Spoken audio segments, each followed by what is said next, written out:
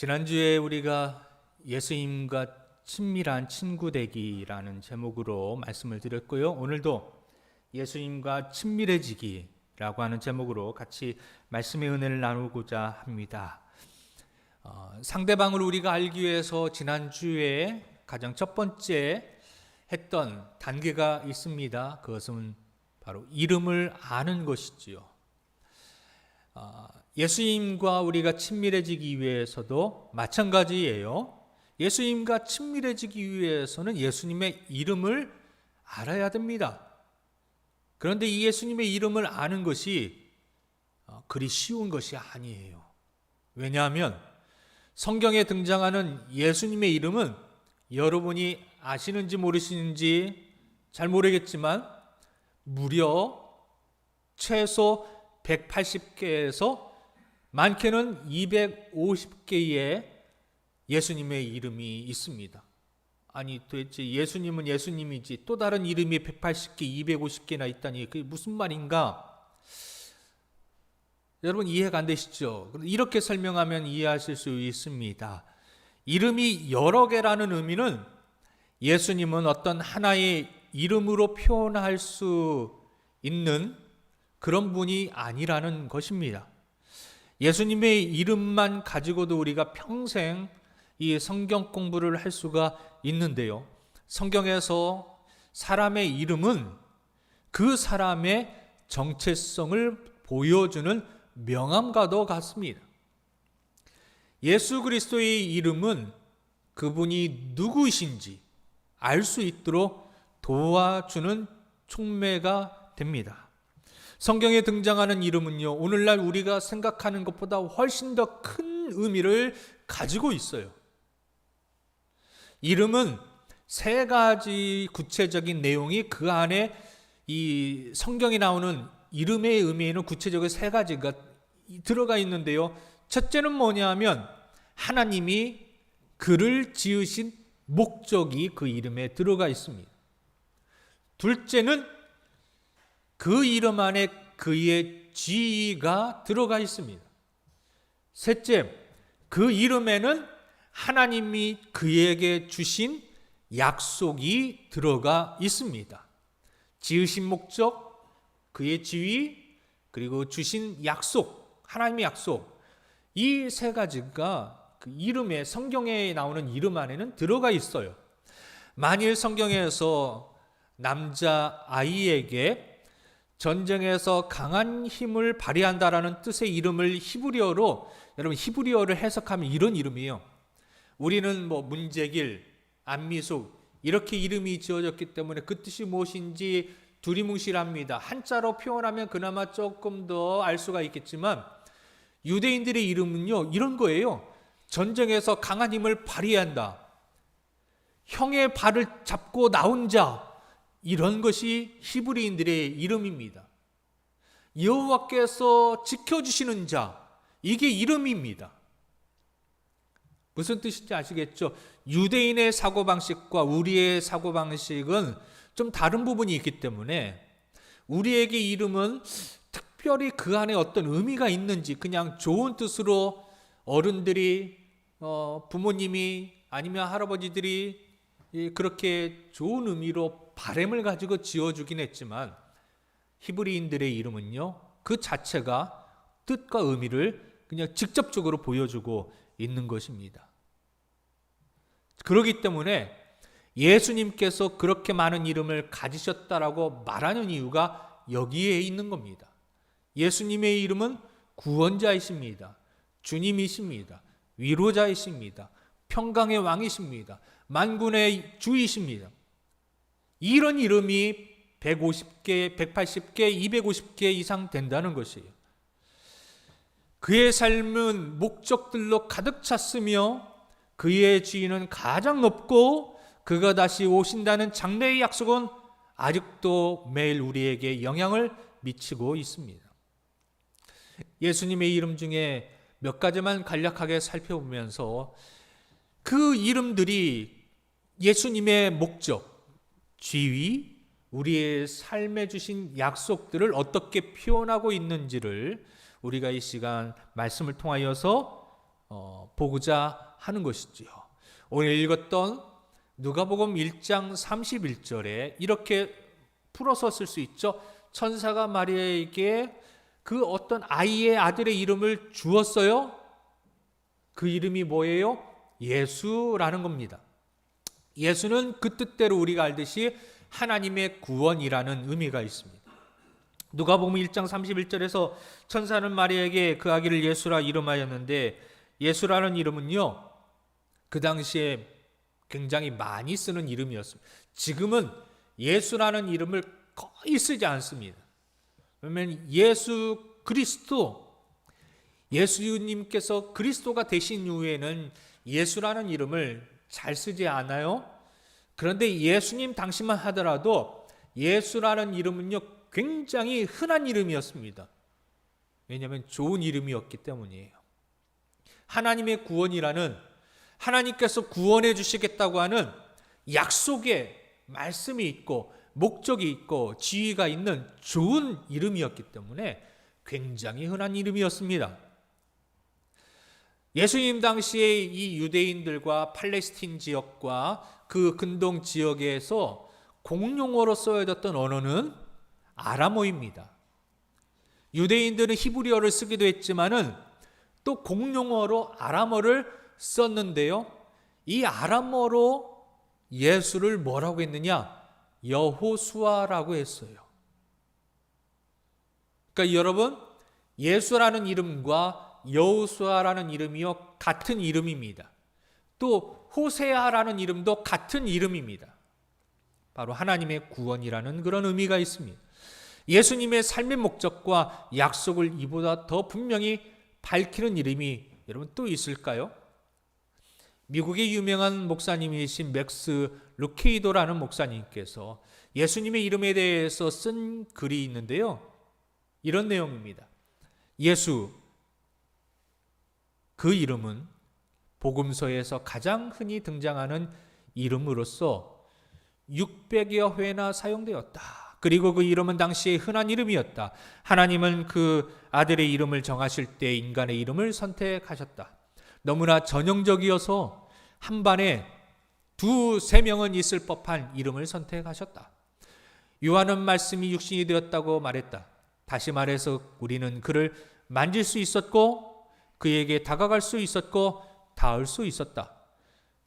당신은 사람들에게 전 예수라고 합니다 라고 자신을 소개하는 예수님의 목소리가 들리시나요? 여러분은 여러분에게 찾아오셔서 나는 너를 구원하는 예수라라고 하시는 예수님의 이 소리를 여러분은 들으셨습니까? 천사들은 목자들에게 예수님의 이름을 말해 주었습니다.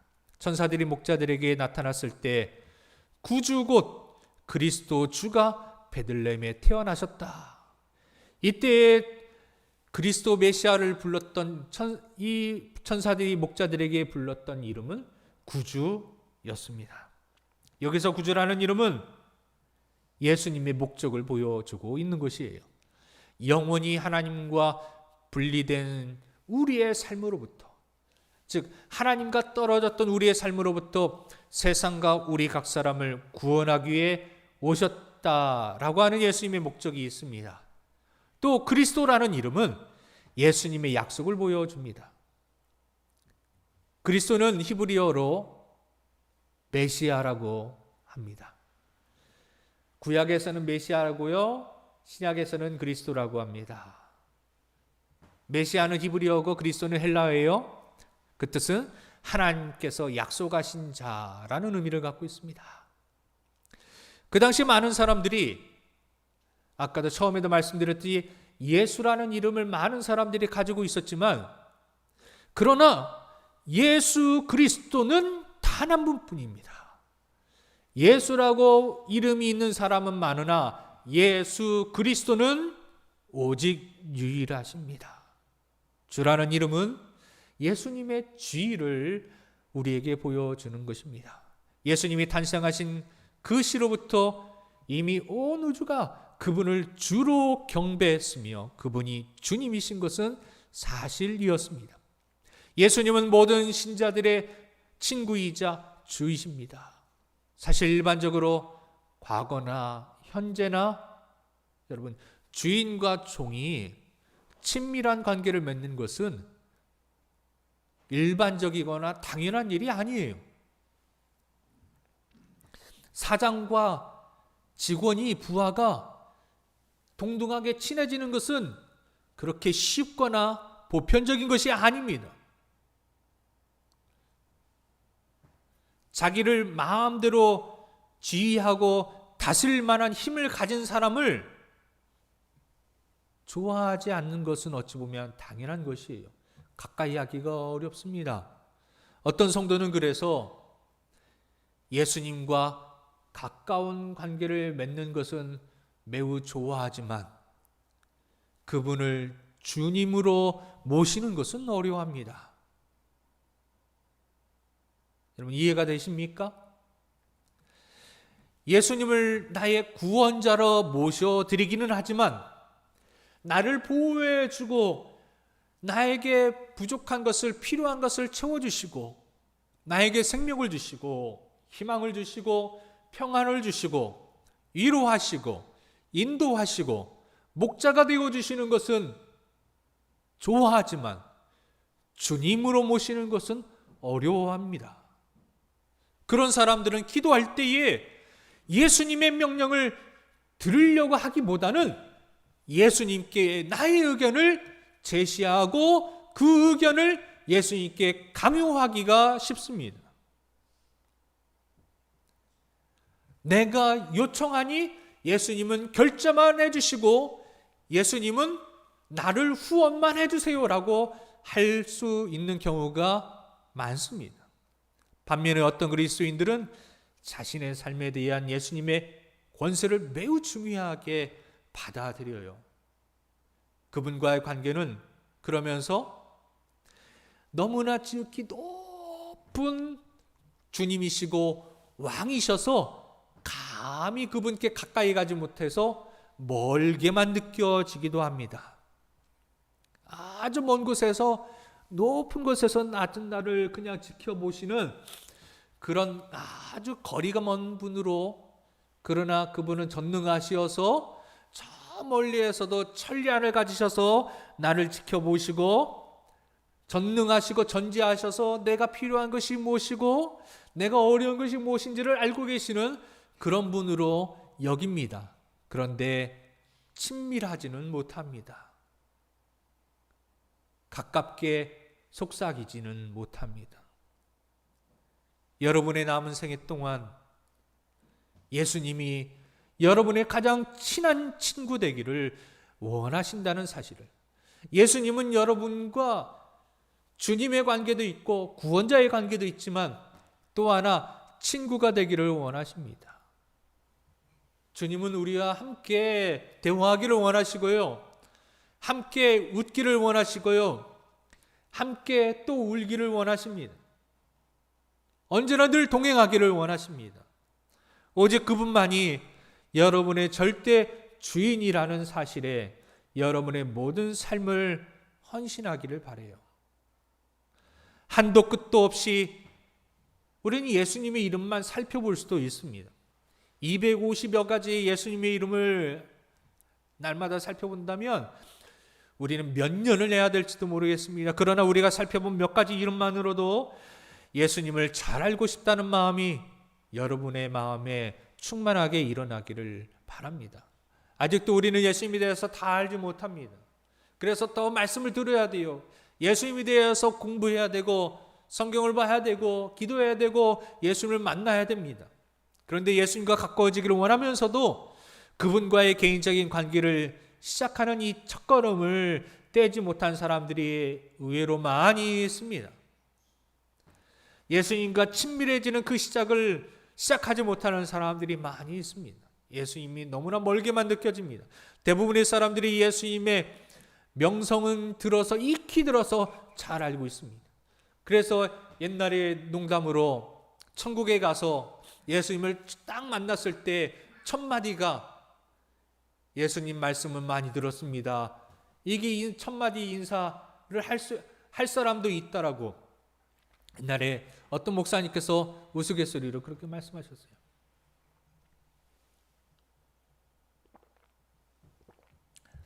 여러분은 장차 천국에 가서 예수님을 만나셨을 때 예수님에게 첫마디 인사를 어떻게 하시겠습니까? 어색하게 예수님이 너무나 오래간만이네요. 그동안 잘 계셨습니까? 라고 인사하시겠습니까? 아니면 예수님에 대해서 우리 목사님께 말씀 많이 들었습니다. 그렇게 이야기하시겠습니까? 그런 분들이 혹시 있다면 스스로 생각할 때 예수님께 나는 뭐라고 얘기할까? 저 천국에 가서 예수님을 만났을 때 첫인사를 어떻게 할까? 아직도 어색하다면 여러분 그런 분들을 오늘 이 말씀을 통하여서 예수님과의 친밀한 관계를 시작하시기를 주님의 이름으로 권면을 드립니다. 말하자면 예수님이 여러분을 구원하기 이 땅에 오셨음을 믿고 그분의 용서를 구하고 그분과 늘 함께 동행하시라는 말씀이에요. 하나님께서 보내신 예수님 안에 약속을 믿으시기 바랍니다. 여러분 삶의 주이신 예수님께 여러분의 삶을 다스릴 수 있도록 기꺼이 내어드리시라는 말씀이에요. 우리는 예수님께 받기만 하려고 했지 우리의 삶을 드리지 못했습니다. 예수님은 우리를 위해서 생명까지도 예수님 모든 삶을 우리를 위해서 다 드리셨어요. 근데 우리는 너무나 우리의 삶을 아까워서 예수님께 드리지 못해요. 바로 지금 여러분은 예수님과 친밀한 관계를 시작할 수 있어요. 만일 여러분이 예수님과의 친밀한 관계를 아직도 형성하지 않은 상태에서 예수님에 대해서 배운다면 어쩌면 그것은 인생 최대의 비극일 것입니다. 왜냐하면 정말 보화 같은 세상의 어떤 것과도 비교할 수 없는 가장 귀하고 가치 있고 존귀한 그 예수님을 알지 못한 채 신앙생활을 한다는 것은 정말 비극적인 신앙생활이에요. 이 땅에 이 교회 안에 이처럼 예수님과 친밀하지 못한 채 그저 겨우 턱걸이로 구원만 받아서 힘겹게 신앙생활하며 예수님과 친밀해지지 못한 채 그렇게 신앙생활하다가 이 땅을 마치는 너무나 불쌍한 그리스도인들이 얼마나 많이 있는지 알 수가 없습니다. 그것은 즐거운 신앙생활이 아니에요.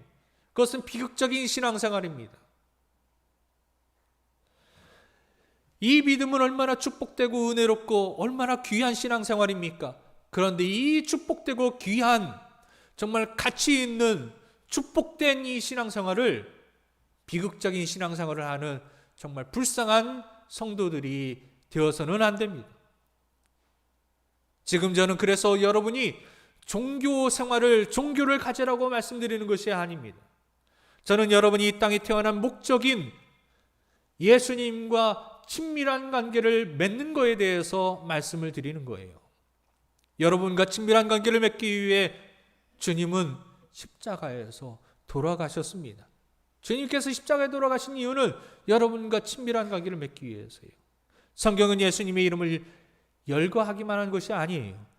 그 이름의 능력을 우리에게 말씀해 주고 있습니다. 주님의 이름에는요 정말 능력이 있어요. 그 이름에는 권세가 있습니다. 예수의 이름에는 능력이 있어요.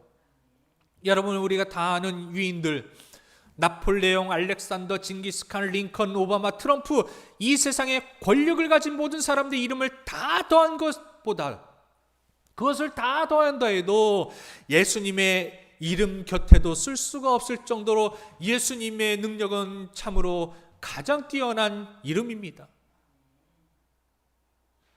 어느 책에 보니까요 서양 중심으로 쓰여진 그 세계 위인 100명을 선정했는데요. 위대한 인물 100명을 선정했는데요.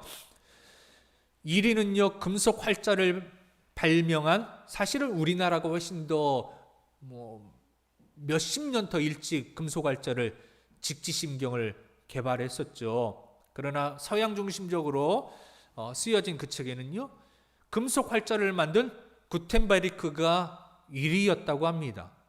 이어서 만료인력의 법칙을 발견한 아이작 뉴턴이고요. 세 번째는요, 종교개혁을 일으켰던 마틴 루터, 그리고 네 번째가 진화론을 창시했던 다윈, 그리고 그 다음이 위대한 문호 윌리엄 셰익스피어입니다. 그 다음에가 아메리칸 대륙을 발견한 콜럼버스이고요. 그 다음이 상대성 이론을 발명한 천재 과학자 알버트 아인슈타인이었습니다. 여러분, 이 세계의 위대한 100명의 위인의 이름에 담겨져 있는 영향력, 그 위대한 업적을 다 합하여 가장 중요한 모든 것을, 인물들을 곱한다고 할지라도요, 우리 주 예수 그리스도의 이름에 담긴 목적과 약속과 능력에는 결코 접근조차 할 수 없는 위대한 이름이 우리 예수님의 이름인 줄로 믿습니다. 사랑하는 여러분, 예수님의 이름이 모든 이름에 뛰어난 이름이라는 것을 믿으시면 크게 믿음으로 아멘 하시기 바랍니다. 빌립보서 2장에 이렇게 나와 있습니다. 이름으로 하나님이 그의 이름을 지극히 높여 모든 이름에 뛰어난 이름을 주사 하늘에 있는 자들과 땅에 있는 자들과 땅 아래에 있는 자들로 모든 무릎을 예수 이름에 꿇게 하시고 모든 입으로 예수 그리스도를 주라 시인하여 하나님 아버지께 영광을 돌리게 하셨느니라. 모든 지극히 높여 모든 이름 위에 뛰어난 이름을 주사, 어떤 위인의 이름을, 어떤 권력자의 이름을 다 합친 것보다 더 뛰어난 이름을 주사. 두 번째, 또한 성도인 저와 여러분은 주님의 이름 안에서 산다는 사실을 믿으시기를 바랍니다. 그 이름 안에서 사는 거예요. 우리는 예수의 이름으로 기름 부음을 받습니다. 예수의 이름으로 용서를 받습니다. 예수 이름으로 세례를 받습니다. 예수 이름으로 의롭다 하심을 얻었습니다. 예수 이름으로 우리는 이 자리에 모였습니다. 우리는 그 예수의 이름을 믿고 그의 이름을 부릅니다. 우리는 예수의 이름으로 감사합니다. 그 이름 안에서 생명을 얻습니다. 그리고 우리는 그 이름을 전합니다. 그 이름은 그 자체가 복음이 됩니다. 그 이름을 위해 기꺼이 우리는 고난을 받습니다. 우리는 모든 것을 예수의 이름으로 행하는 것입니다. 저는 바로 지금 여러분이 예수님께 이와 같이 예수의 이름으로 예수님과 친밀해지며 예수님을 더 깊이 알아가기를 원합니다.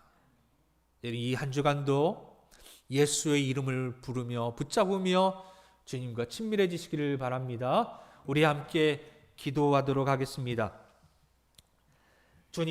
주님과 예수님과 더 친밀해지는 한 주간이 되기를 원합니다. 예수님을 더 알기를 원합니다. 이 세상 어떤 이름보다 더 위대한 이름, 이 세상 어떤 이름보다 더 아름다운 이름, 가치 있는 이름, 약속의 이름, 능력의 이름, 구원자이신 예수의 이름을 여러분 부르시면서 그 예수님의 그 이름, 목적, 그 주시는 약속들이 이 한 주간도 나의 삶 속에 역사하시도록, 구원하시도록, 보호하시도록, 위로하시도록, 치료하시도록, 채워지시도록 하나님 주님과 날마다 더 친밀해지기를 원합니다. 우리 이 시간 주여 한번 해주시고 기도합시다.